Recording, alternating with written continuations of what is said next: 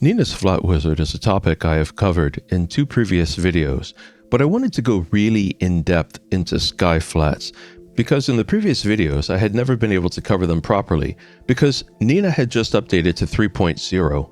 And when that happened, I had some temporary bugs with my Player One Aries M camera where the camera was occasionally dropping subs. It wasn't really bad, it only happened once or twice a night, but it was enough that I didn't feel like I could really trust it to catch every sub in a flat routine. Anyway, I brought it up to the good folks over at Player One, and their tech support was very proactive and very responsive, just as they always are, and they got it worked out pretty quickly. So now I can finally go properly into sky flats. Now, you probably know that flats are perhaps the most important calibration frames that you can shoot. They calibrate out eccentricities in the way that your telescope's lenses or mirrors may record light, and they also calibrate out things like dust on your lenses or corrector plates. New flats should be shot anytime you rotate your camera, but really, many persons, myself included, say you should honestly shoot flats every morning because dust can accumulate on your lens or corrector plate at any time, and flats are the easiest and most direct way to deal with that. And with the Nina Flat Wizard, that's an incredibly simple chore. It only takes me a couple of minutes to shoot my flats any given morning. So for me, it's a crisp morning and dawn has come. Now if a morning is nice and clear, just after the sun rises, I'll hit the Salute to Zenith button on my Flat Wizard, and the telescope will orient straight up. If there are a few clouds in the sky, I'll take a look and see what direction they are in, and then point the telescope in a direction where there are no clouds. As long as there aren't going to be any clouds there for about 5 minutes, I can shoot all of my flats with a Flat Wizard. Now there is one exception to that. I will not point the telescope in an easterly direction, because in the direction the sun is rising, there will be rapid changes in luminance, and I don't want that to interfere with the sky flat process. Now, you do not need a diffuser of any kind to shoot sky flats. That's a myth. By diffuser, I mean anything from a white t-shirt to something like a Daystar Instruments flat cap. There is an exception to this. If the sky has lots of changing transitory clouds, a diffuser could be handy. But honestly, I've never found a diffuser of any kind to be necessary for sky flats. And part of the reason why is the sky itself is going to be profoundly out of focus. Your telescope is focused on the moon or the planets or DSOs. The atmosphere begins one atom above your lens. It's going to be out of focus. So all you have to do is find yourself a clear patch of sky away from the sun. Typically slewing to zenith will do, or you could just leave your telescope pointing westerly, and then you can get into the actual flat shooting routine. Now it is important to wait until the sky has lightened a bit. Like you wouldn't want to do this at the very first hint of dawn before the sun has come up, and often you wouldn't even want to do this just as soon as the sun rises, or even within the first 15 or 30 minutes after the sun rises, because your telescope may well be able to pick up stars through the atmosphere, even if your eyes cannot. Generally, when I shoot sky flats, I wait till about an hour after sunrise. That way, dawn isn't going through its rapid changes, so there's less variation in luminance for the sky flat wizard to deal with, and there's no chance of picking up stars through the atmosphere. To use your flat wizard, you're going to have to configure it for whatever filters you're using. But once it's configured, it's done, so unless you change filters, you only need to do this once. If you were just shooting with a one-shot color camera, you can use the single filter mode in the left tab, which is circled, or you can use the multi-filter mode, now circled in the right tab. The setup is the same for both tabs. The only difference is, in the single filter tab, you can just set up one filter, and in the multi-mode tab, you can set up to 7. These days, I'm generally shooting with the Player One Aries M, a mono camera, which is attached to the image terrain of a Celestron 203mm Schmidt Cassegrain telescope. And since I live in a dark sky region, a Bortle 1.5-ish kind of region, I almost always shoot LRGB, because I can just gather photons much faster than with narrowband that way. I have narrowband filters, and sometimes I use them for very specific purposes, but it's not for blocking light pollution. Maybe we'll get into the why of that sometime in another video if folks are curious. So let's go over how you set up your filters in the Flat Wizard. It's really very easy. I'll set up the luminance filter by going to the little triangle on its side icon to the left of the L and clicking on it, and that'll open a drop-down menu. In fact, I'll just open the drop-down filters for the LR, and B filters as well, and you can see they're all the same. Each filter has the same characteristics to fill out. A set of LRGB filters will probably all use the same settings, while you may have to customize some settings for narrowband filters, especially in regard to gain and exposure times. Let's take a look at the luminance filter to serve as a model for how this is done. In the drop-down menu below the L, you can see 7 settings: binning, gain, offset, flat minimum exposure, flat maximum exposure, histogram mean target, and mean tolerance. If you already understand what these mean, you can go ahead and skip to 9 minutes into the video, and if you don't, just keep watching and we'll review all of them now. Binning is a process in which you tell your camera to combine pixels to make small pixels become the equivalent of larger pixels. The benefit is it allows your camera to increase its signal-to-noise ratio, and the cost is it effectively makes your camera a lower megapixel camera. I'm not personally a fan of using binning for shooting images. I don't like the reduction in megapixels, but it is very useful for increasing the signal-to-noise ratio when focusing, and especially when using filters that cause more loss of light, such as narrowband filters. Binning can be a real lifesaver.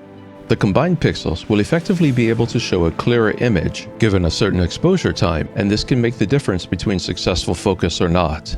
I often bin when focusing narrowband filters. Below that is the gain, and I shoot all of my flats at a gain of 10.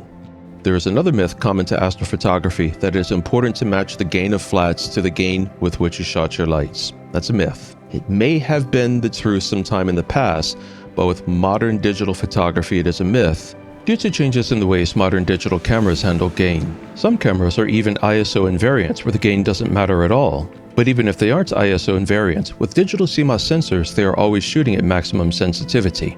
And modern gain is merely an artificial factor, sometimes only digital, we use to amplify light. This is a very deep topic, and there is no way to cover it meaningfully here. If you want to learn more about what gain is doing in an astro camera, take a look at my video, What is Gain Doing in Your Astro Camera? It's linked in the description and above to the right. But ultimately what it means is you have a lot more flexibility now with how you handle gain in calibration frames. And if you want to do additional study, if you pop onto YouTube and look up topics such as how gain has changed and modern ISO invariance. And I'm certain some are going to be dubious, so all I can say to that is, if you're absolutely convinced this cannot work, please follow the link to my Astro bin, take a look at the images, and bear in mind as you do, that every single image there was shot with flats at gain of 10, while every single light was shot at whatever the camera's unity gain was. The offset setting refers to the bias offset, and it's a fairly complex topic itself that also should get a video or two to go into depth over.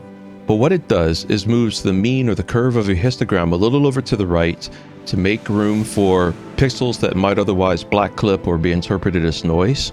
Anyway, to my knowledge, most astro cameras have a default offset, and I think you can just leave this setting here at the default. I always do, and my flats work out fine. Now, the flat minimum exposure is something that's important. This tells your camera the fastest shutter speed by which it can attempt to acquire flats.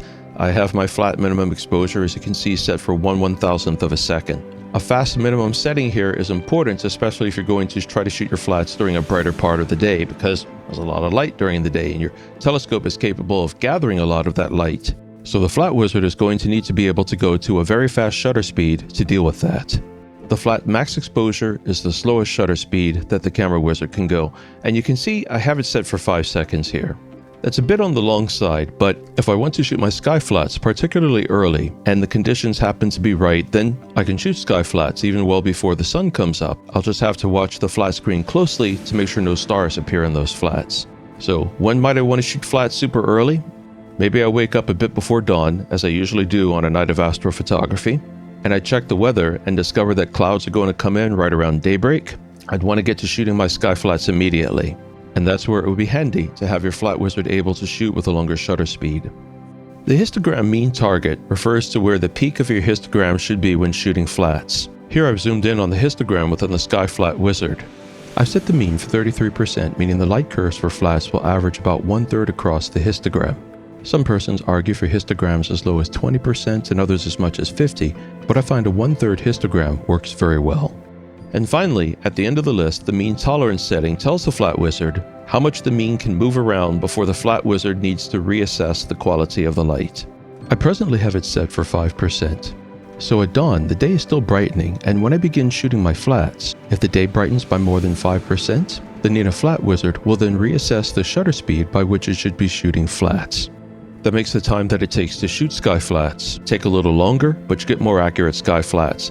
And it just takes the Sky Flat Wizard seconds to make an assessment. The whole process is very fast. And depending on how much the light is changing when I start to shoot a routine, it might take 2 to 5 minutes for the flat wizard to shoot a whole set. Now, the red, green, and blue settings and the narrowband settings lower down in the drop-down list, they work just like the setting for the luminance channel here, so I'm not going to review them. The only thing to bear in mind, as noted earlier, is that for setting up narrowband filters, you may want to adjust your exposure time, binning, and gain for each filter. Let's go ahead and shoot a routine and see what happens. So the first thing I need to do is tell the Sky Flat Wizard which filters I'm going to use. I'll click on all the LRGBs and just make sure that in the Wizard Mode drop-down menu, the Sky Flats are selected. Then I'll hit the play button and the Flat Wizard will do the rest for me. I'm going to let the Flat Wizard work in real time so you can see just how fast this is. At first, it's going to start out seeming pretty slow, and that's because it's going to test the sky at 5 seconds. We're going to get a whiteout image to the right because the sky is way overexposed. It'll shoot another somewhat longish image to calibrate just how much it's overexposed by, and then almost instantly go to the right exposure time. In the status text lower left, it says that it's found the exposure time and identifies what it is, and now it's already shooting sky flats, and in the time it took me to explain this, it's already shot almost half of them. But in that couple seconds, the quality of the light changed, so now it's going to reassess what exposure it needs to shoot at. It'll just take a few seconds for it to find the correct exposure, and the moment that it does, it will immediately start shooting more sky flats. There it goes. As it's shooting them, you should watch the exposure window. And you're watching for two things. If you see any rapid changes in the qualities of the light, or perhaps diffuse blobs showing up there, it means that wisps of clouds are floating by, and unfortunately you need to stop the process and delete the flats you have so far, and then either wait for the clouds to pass or turn your scope in another direction. And if you see a pale dot or two appear in there, then you're seeing a bright star that's managing to show through the atmosphere. So it means you need to stop the whole process and wait a few minutes until the sky gets a little brighter. And in the time it took me to just explain that, it's already calibrated for and started shooting for the red filter. Now the sky refracts a lot of blue and green light and has less red light, so the red filter will seem comparatively dim and require more exposure time.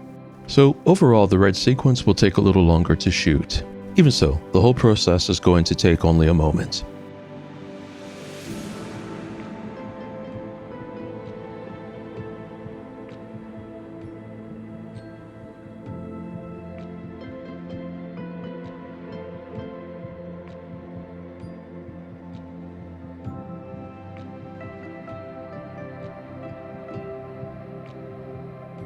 As soon as it's done, the Flat Wizard will immediately and automatically change the filter to green. In fact, it's just done that, and it'll reassess for the quality of the light and then begin shooting the next sequence. Now, green captures a lot of light, so this exposure time is going to be very short, and it'll only take a few seconds to capture all of the green images. In fact, in the few seconds it's taken me to explain this, it's already nearly finished the entire green sequence.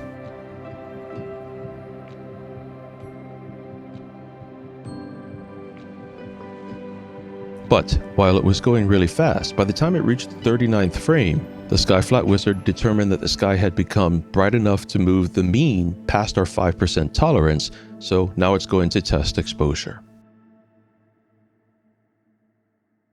It'll find the new exposure in just seconds and get that last frame, and then go ahead and automatically change to the blue filter and then start shooting the blue sequence. Since the sky is blue and we're on the blue filter, this is going to go really fast. In fact, it'll finish calibrating for whatever the proper exposure is for the blue filter faster than I can explain what the thing is doing. Blue sky flats go very quickly, and the process is already almost a quarter done. As the Flat Wizard shoots each color filter, it also labels the filters so that the filters can be automatically sorted if you're using stacking software such as the weighted batch preprocessor found in PixInsight. Once again, the Flat Wizard has determined that the mean has moved more than 5%, which is due to the sky brightening. It took a second to find the correct exposure, and it is once again shooting our flats. When it's done with the process, all of your flats will be waiting in whatever folder you have configured Nina to put the flats in, ready to be picked up, stacked into a flat master, and applied in whatever image you happen to be working on. And that's it. The Sky Flat Wizard, it just makes flats incredibly easy. And generally, in fact almost always, this is how I shoot my flats now. If I do happen to have a morning where there are thin, wispy clouds everywhere, which is going to make for a very changing sky, then I'll just have the Nina Flat Wizard slew the telescope to zenith so the telescope will point straight up, and I'll just put a cheap old artist light panel on top of the telescope and shoot my flats using the dynamic exposure setting. But almost always I can get the flats that I need using the Sky Flats mode. It's just that quick and easy. I used to consider shooting flats a chore, but honestly, this is so easy, it makes it fun. It's kind of fun to watch and see if I can spot a bright star managing to show through the atmosphere in that viewing image on the right, or to watch for a stray wisp of cloud. I mean, I'd like to get the whole process done, but it's fun to slew the telescope into a clear direction of the sky and just reshoot it. It's so easy. And anyway, the Sky Flat Wizard has just finished. The whole process took a total of, let's see, about 4 minutes and 50 odd seconds. And in a little while, when I walk out to the observatory after breakfast, all those flats will be sitting on the SSD waiting for me to bring them back to the lab in the cottage and begin processing. It really couldn't be more convenient. Let me know if you have any questions or thoughts or observations, or if you prefer to do things differently and what your methodology would be. You can leave any thoughts in the comments section below. As always, thanks for watching. Now get out there and shoot that sky.